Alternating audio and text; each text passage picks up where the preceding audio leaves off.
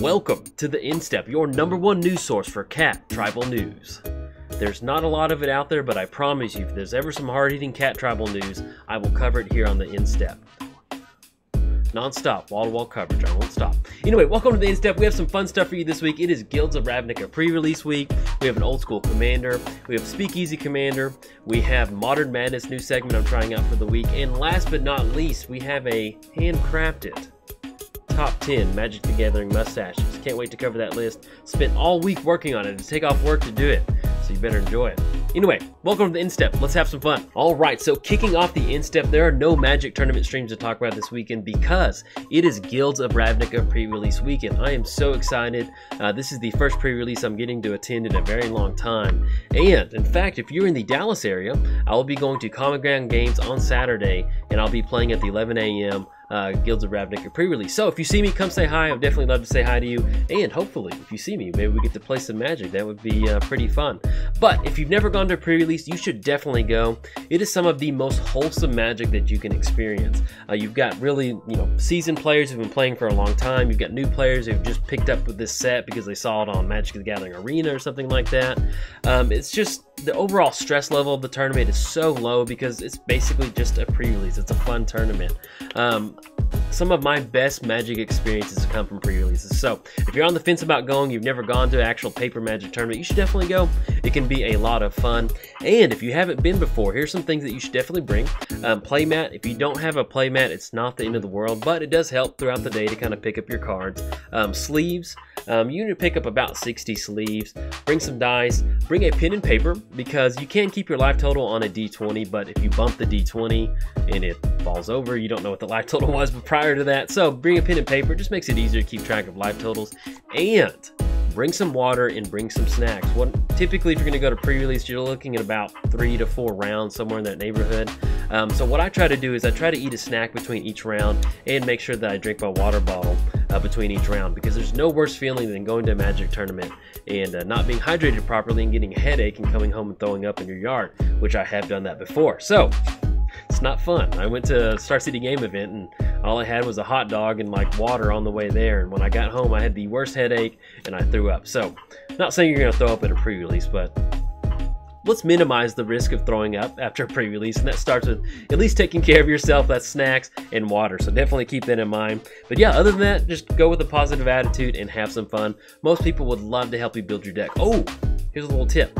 When I go to a pre-release or a sealed event, I always bring 100 basic land sleeve, 20 of each color. So that way it makes it a little bit easier whenever you're building your deck. Let's say you need 8 mountains and 8 swamps. You can basically just grab them out of your deck box and you're good to go. You don't have to go to the land station and push the Boros player out of the way as the Rakdos player is yelling at you and things like that. So anyway, bring some sleeves if you have some extra time. Makes for a little bit better experience. While on the topic of Guilds of Ravnica, Wizards of the Coast also announced some pretty cool new decks that they're putting out. This is going to be the Guilds of Ravnica guild kits. It's going to be 1 deck for each guild.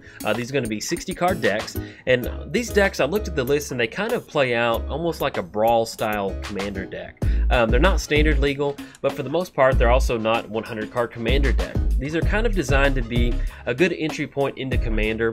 In fact, if you wanted to, you can definitely kind of play this as a commander brawl deck where whatever the legendary is that comes with the pack. There's different one for each one. Demir has a Trotta, we have Niv Mizzet, Gerard, Aurelia, and Trostani. But you can definitely, if you and your buddy pick up a deck at the local gaming store or your local retailer, you play them against each other and just kind of play a pseudo commander game, especially if you're not that heavily invested in the paper Magic. And these are also going to be really good starting points to convert them into a commander deck. If I have enough time, I'm going to be trying to do a kind of an upgrade series video on some of these decks because they're pretty cool.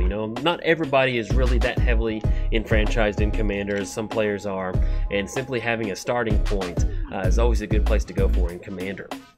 Let's move on to our Lord of the Trees, the old school cool commander of the week, and that's going to be Lord of Tressorhorn himself. Love this card. Whenever Lord comes into play, pay 2 life, sacrifice 2 creatures, and target opponent draws 2 cards. Effects that prevent or redirect damage cannot be used to counter this loss of life. Then for 1 black mana, regenerate. I love this card. I love the art. It looks great. I love the fact that he has an axe. Now in this particular picture it does say that he's basically a legend, but he is a zombie. There's a couple different ways that you can take Lord of Tressorhorn. One of the really fun ways is that you can definitely go for stuff like Temur Battle Rage and Tainted Strike. It is sitting at a 10-4, so if you want to one-shot somebody at the board with a Tainted Strike, you can definitely get some pretty good infect damage in.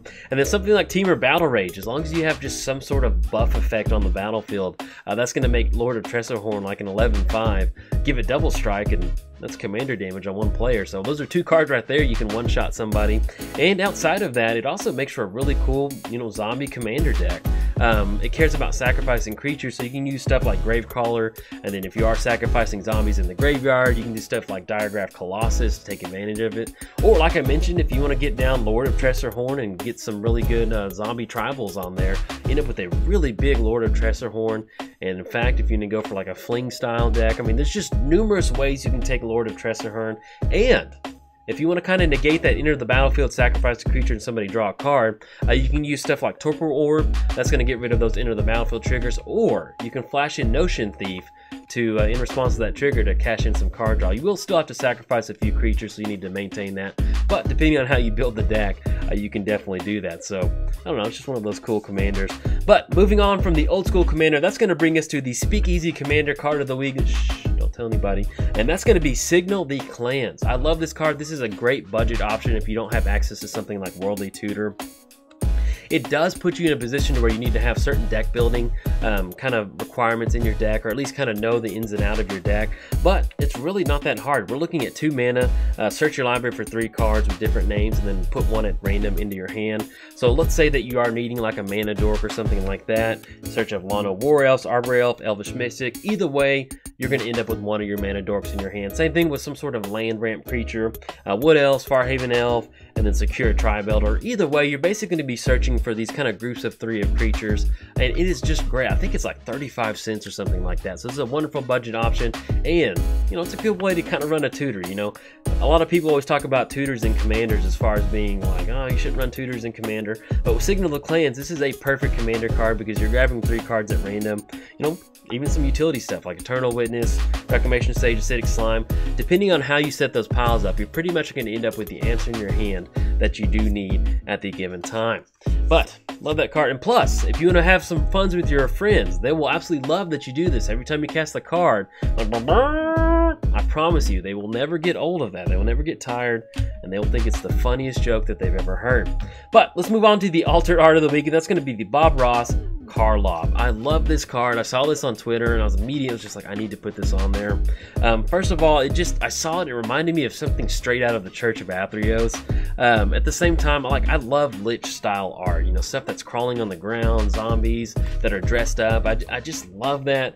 And in fact, if you want to check it out, it's Shivian Altered Art. Check them out on Twitter. They do have a website. She has some beautiful stuff out there. She has some really cool stained glass, different art. And I don't know, I came across this card and I was like, people need to see this. And then just like, and plus with Karlov, get him on the battlefield, start getting that life total, especially in 1v1 commander. He can be really hard to deal with. So I really enjoyed the aspect of you going for some removal on Karlov and he's still going to be crawling back out of the command zone like, yeah, you're ready to have some fun. But yes, that's going to end the week for Bob Ross Alter of the Week, and that's going to move us on to Modern Madness. I've been picking up some Modern. If you may have noticed, I released a Jeskai Pyromancer video on my channel this week, and I definitely want to start incorporating more Modern into my daily release schedule. So I'm kind of working on updating some of my Modern decks, but I played against Bant Spirits, and I want to cover that particular deck because I had such a good time playing against it. In fact, I do want to play and do a video on it eventually, but if you're looking for a new Modern deck to play, I highly suggest it.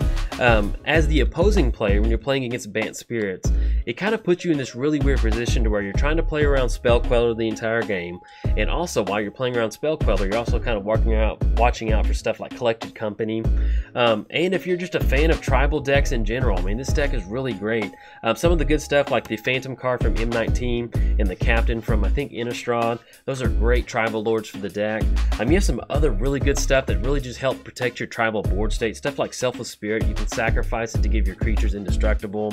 Spell Quellers obviously might protect your creatures from any sort of spot removal.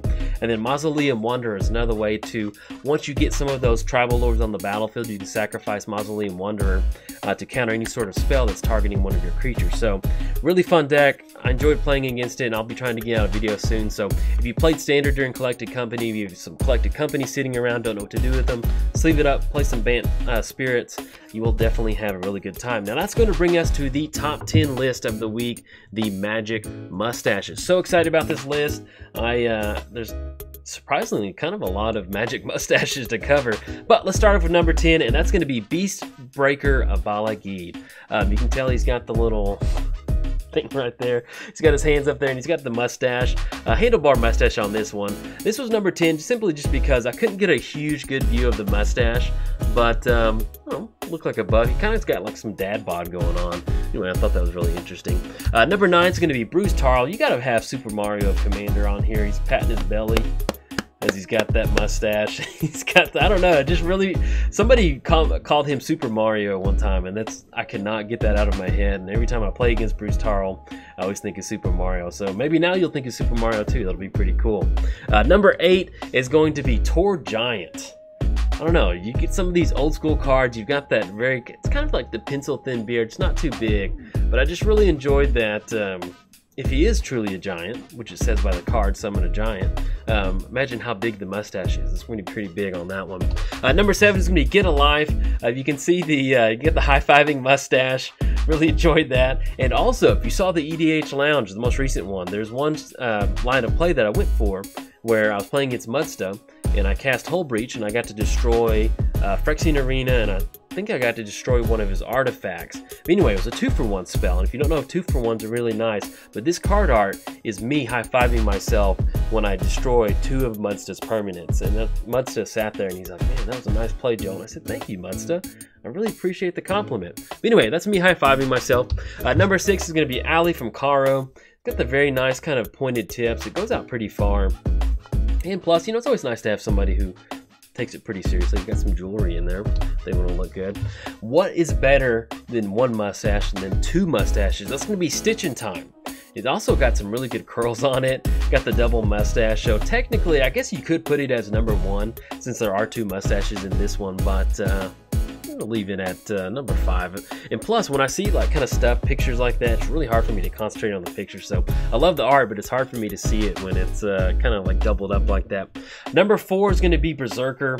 There's no better way to take care of your handlebar mustache than to reach up on your axe and grab some blood and just kind of go it down like that. So that's why he was number 4. It's not that big of a handlebar mustache, but I felt it was pretty.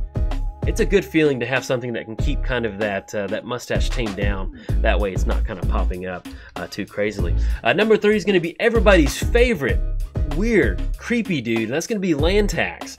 Look how wiry that mustache is. He shouldn't be at number 3 with how nasty that thing looks, but it goes all the way out to here, and for going by length only, that was kind of why I put it on there. Plus, he's got a bag of money. He bribed me to put him at the number 3 slot.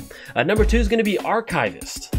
Look at that. Look at the mustache on that guy. That thing's going out pretty far, and I don't know, that guy, I mean, he doesn't look like Danny DeVito, but for some reason I just got this strong Danny DeVito vibe. But anyway, got a real long mustache. I'm sure that gets in the way of him reading some of these books. And that's going to bring us to drumroll number 1. That's going to be Hand of Justice. If you want a mustache that defies the law of gravity, look no further. You have Hand of Justice right there. He's also staring at you too with his mustache. He's trying to assert his mustache dominance on you by like looking at you. But yeah, it's a pretty long mustache right there. That's got to be, let's say, if your face is about 5 or 6 inches, that's got to be about right there, man. I think so. It's a pretty big mustache right there. Anyway, that's going to be it for the Instep. We talked about a lot of mustaches, talked about a lot of stuff. If you are going to the Guilds of Ravnica pre-release, I will be putting out a kind of a recap of what my deck ends up being. Hopefully, I'll be picking the Golgari deck, so hopefully I end up with some pretty good stuff. But I'll be posting that on Saturday or Sunday sometime, so that'll be definitely a good opportunity for you to tell me about your pre-release deck because I want to hear about it. But that's going to be it for the Instep. I hope you have a good weekend, and if you're going to the pre-release, good luck. May you open up some really good bombs. Bye.